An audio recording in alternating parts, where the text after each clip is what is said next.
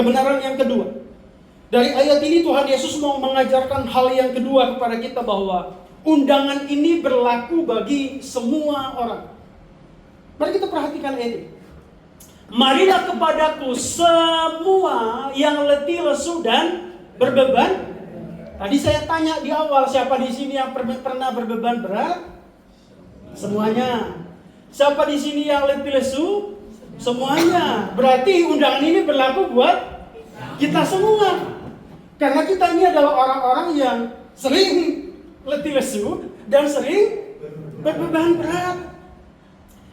Saya merenungkan kenapa ya manusia itu letih, lesu, berbeban berat, kata Yesus di sini.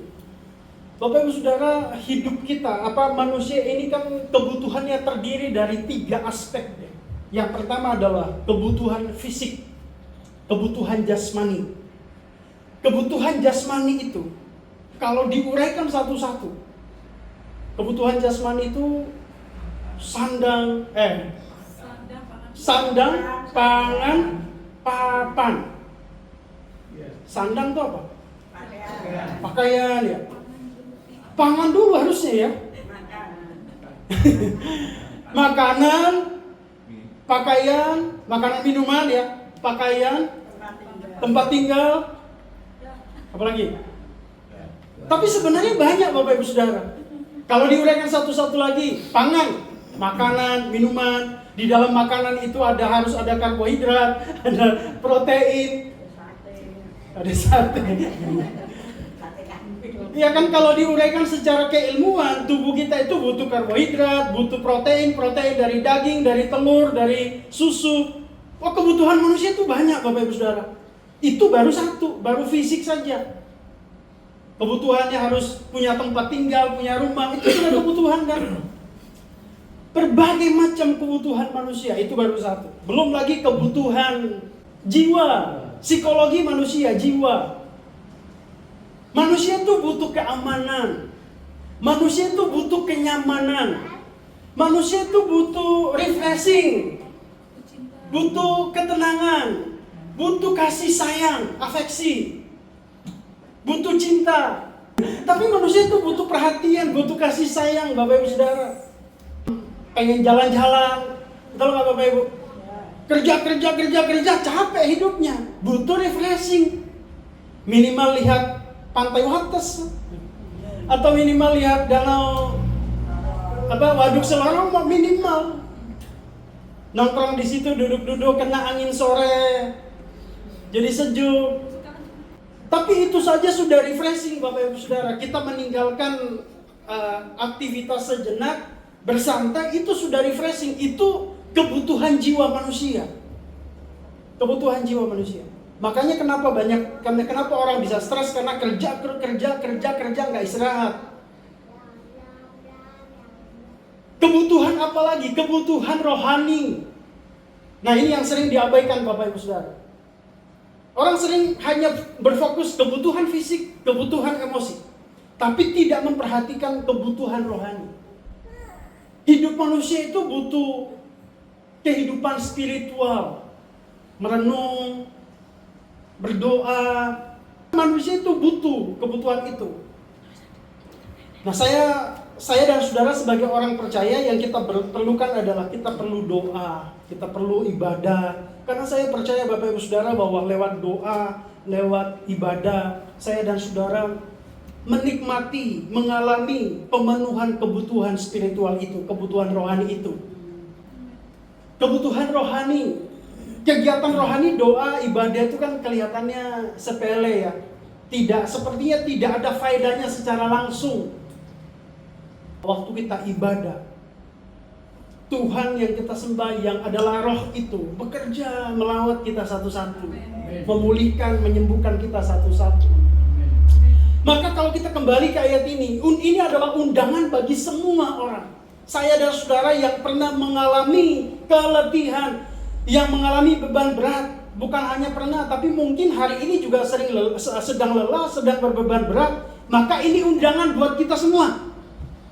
Ini undangan buat saya dan saudara yang mengalami kelelahan fisik, kelelahan mental, kelelahan emosional, karena banyak tantangan tadi. banyak persoalan tadi yang menyebabkan kita mengalami kelelahan secara fisik.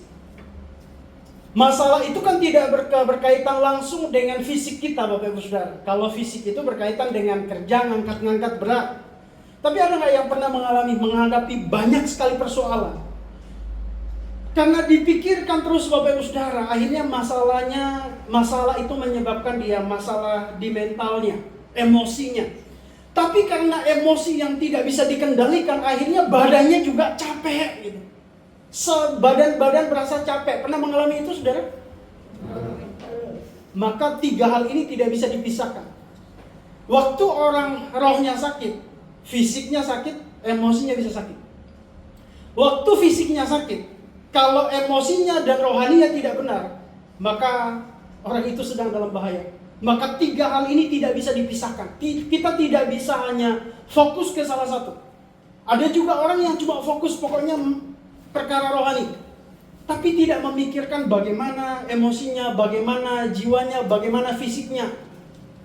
Makanya Bapak Ibu Saudara, ada banyak orang yang aktif sekali ibadah, aktif sekali melayani, tapi jiwanya capek, fisiknya capek, kehilangan damai juga.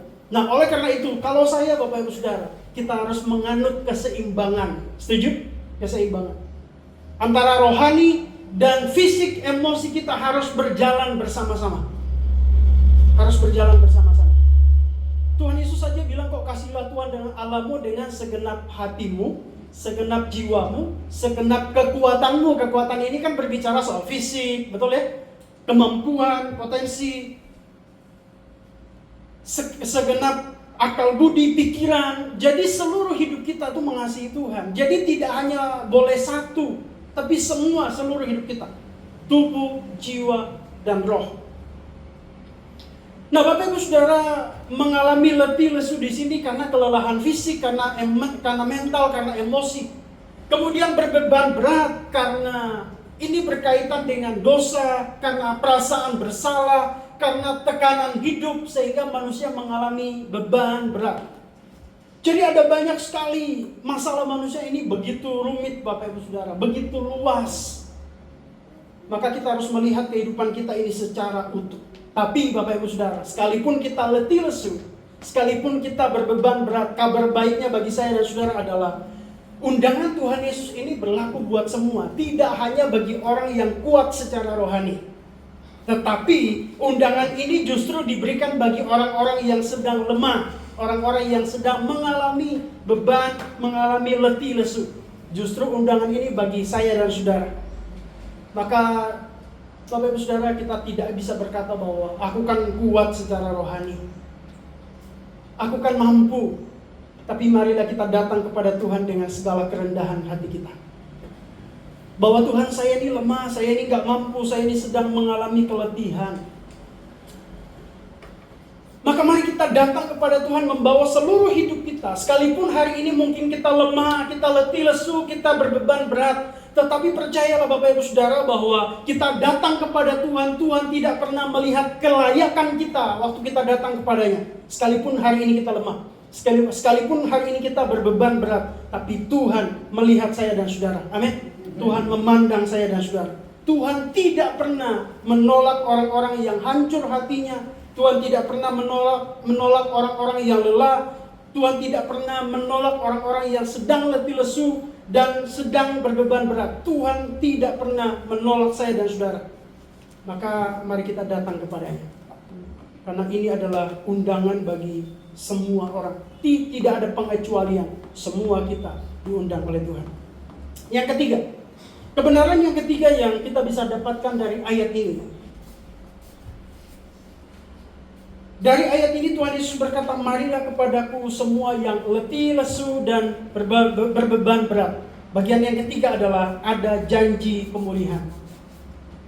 Ada janji yang Tuhan berikan. Aku akan memberikan kelegaan kepadamu.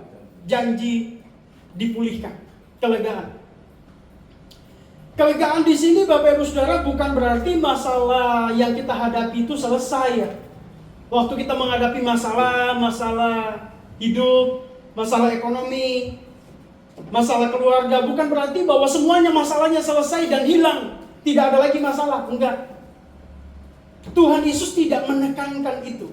Tetapi yang Tuhan Yesus mau katakan, berbicara tentang kelegaan di sini adalah Tuhan berikan kita damai sejahtera, Bapak Ibu Saudara. Hati kita yang dibenahi oleh Tuhan, pikiran kita yang dibenahi oleh Tuhan, yang tadinya hatinya tidak tenang, hatinya tidak damai. Waktu hati tidak damai, hati tidak tenang, kita tidak akan pernah bisa fokus untuk menghadapi persoalan yang ada. Tapi caranya Tuhan memberikan kita jalan keluar, supaya kita keluar dari keletihan, kalau kita keluar dari beban berat adalah Tuhan itu memberikan kita damai dulu. Tuhan berikan kita kedamaian, Tuhan berikan kita ketenangan. Maka mari kita perhatikan di dalam Yohanes pasal 14 ayat yang ke-17. Yohanes pasal 14 ayat yang ke-17. Orang-orang yang datang kepada Tuhan itu pasti mendapatkan damai sejahtera. Yohanes pasal 14 ayat yang ke-27. Mari kita baca bersama-sama. 2, 3. Damai sejahtera ku tinggalkan bagimu, damai sejahtera ku berikan kepadamu, dan apa yang ku berikan tidak seperti yang diberikan oleh dunia kepadamu. Janganlah gelisah dan gentar hatimu. Murid-murid di sini mengalami kegelisahan, mengalami kegentaran, ketakutan karena akan ditinggal oleh Tuhan Yesus. Tuhan Yesus berkata bahwa dia akan kembali ke surga. Dalam konteks inilah Tuhan Yesus mengajar. Di tengah-tengah kegentaran, kegelisahan murid-murid itu, Tuhan Yesus mengatakan bahwa aku akan memberikan damai sejahtera bagi kamu. Orang-orang yang tetap tinggal dalam Tuhan, orang-orang yang datang kepada Tuhan akan menerima damai sejahtera. Dan damai sejahtera yang Tuhan Yesus berikan itu tidak sama dengan damai yang dunia berikan. Kalau damai yang ditawarkan oleh dunia itu hanya sementara, Bapak Ibu Saudara. Semu, hanya sementara. Hanya dalam waktu yang singkat. Tapi setelah itu hilang. Percayalah bahwa damai yang Tuhan berikan itu adalah damai yang kekal. Amin. Damai yang sejati. Orang yang datang kepada Tuhan tidak akan pernah ditolak oleh Tuhan. Tetapi Tuhan akan memberikan damai, Tuhan akan memberikan kemampuan untuk menghadapi segala sesuatunya. Orang yang datang kepada Tuhan tidak hanya diberikan damai, tapi saya percaya bahwa orang yang selalu setia menanti-nantikan Tuhan, mencari Tuhan akan mendapatkan kekuatan baru. Jadi kalau hari ini kita lelah, hari ini kita berbeban berat, maka datanglah kepada Tuhan, karena orang yang datang kepada Tuhan, menanti-nantikan Tuhan akan mendapatkan kekuatan baru. Yesaya 40 ayat 29. Mari kita perhatikan Yesaya 40 ayat yang ke-29. Oke, ayat 31, 2, 3. Tetapi orang-orang yang menanti-nantikan Tuhan mendapat kekuatan baru. Mereka seumpama raja wali yang naik terbang dengan kekuatan sayapnya. Mereka berlari dan tidak menjadi lesu. Mereka berjalan dan tidak menjadi. Jadi tetap berjalan. Tetap jalan, tetap menjalani hidup, tetap beraktivitas, tetap bekerja. Tapi kalau kita dikasih kekuatan sama Tuhan, kita tidak akan menjadi lesu, kita tidak akan menjadi lelah. Lelah dalam hal apa? Kita tidak akan pernah kalah dengan keadaan, Bapak Ibu Saudara. Setuju? Sekalipun realitanya adalah setiap hari itu ada masalah yang baru. Sekalipun realitanya setiap hari ada tantangan yang baru, tapi orang yang mengandalkan Tuhan, orang yang mencari Tuhan, selalu diperlengkapi dengan kekuatan yang baru. Amen. Kata baru di situ bukan hanya sekali, tapi terus menerus. Setiap hari, Bapak Ibu Saudara, setiap hari ditopang oleh kekuatan daripada Tuhan.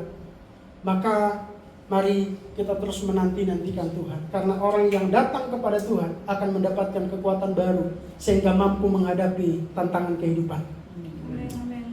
Bapak Ibu Saudara, bagi orang-orang yang mau datang kepada Tuhan, Tuhan itu memberikan kepada saya dan saudara kedamaian sekalipun ada persoalan.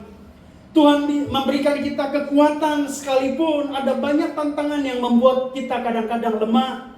Tuhan akan memberikan kita pengharapan, jalan keluar di tengah-tengah pergumulan yang kita hadapi. Karena saya percaya ketika dia berjanji, dia akan menepatinya. Persoalan-persoalan yang kita, pencobaan-pencobaan yang kita alami itu adalah pencobaan biasa. Waktu kita dicobai, Allah itu setia, dia akan memberikan kita jalan keluar sehingga kita mampu menanggungnya, sehingga kita mampu menghadapi persoalan itu. Jadi ketika dia berkata bahwa marilah kepadaku kamu yang letih lesu, semua yang letih lesu dan berbeban berat, aku akan memberikan kelegaan kepadamu. Saya percaya itu bukan hanya kata-kata manis yang membuat kita lega sementara, Tapi percayalah bahwa Dia adalah Allah yang hidup, yang berjanji, yang setia pada janjinya. Dia akan menggenapi janjinya itu di dalam hidup kita. Waktu Dia berkata Dia akan memberikan kita kelegaan. Percayalah saudara bahwa Dialah yang bisa memberikan saya dan saudara kelegaan dalam menjalani hidup. Dia memberikan kita kedamaian. Dia memberikan kita kekuatan. Saudara, dunia itu menawarkan banyak sekali pelarian ketika kita menghadapi tantangan, hiburan, kesibukan, uang, relasi. Tapi itu semua tidak akan pernah memberikan kelegaan sejati. Setuju? Yang memberikan kita kedamaian sejati, memberikan kita kelegaan sejati, hanya Yesus. Karena di sini Tuhan Yesus berkata, marilah kepadaku kamu yang letih lesu dan berbeban berat, aku akan memberikan kelegaan kepadamu. Kelegaan yang sejati. Bukan kelegaan sementara, tapi kelegaan yang sejati. Pertanyaannya sekarang adalah, apakah Bapak Ibu kita semua mau terus datang kepada Tuhan? Mau? Sekalipun hari ini mungkin kita sedang berbeban berat, letih lesu, tetap datang sama Tuhan. Jangan pernah menjauh dari Tuhan. Percayalah saudara bahwa Tuhan Yesus tidak akan pernah membiarkan saya dan saudara, tapi Dia akan memberikan kelegaan yang sejati. Kuncinya adalah mari datang kepada Tuhan. Penuhi undangannya. Undangan ini berlaku buat kita semua. Mari kita datang sama-sama kepada Tuhan. Percayalah, waktu kita datang, Dia akan memulihkan hidup saya dan saudara. Dipulihkan dalam segala hal. Apa yang membuat kita berbeban berat, apa yang membuat kita letih lesu, dipulihkan oleh Tuhan. Tuhan memberkati kita semua.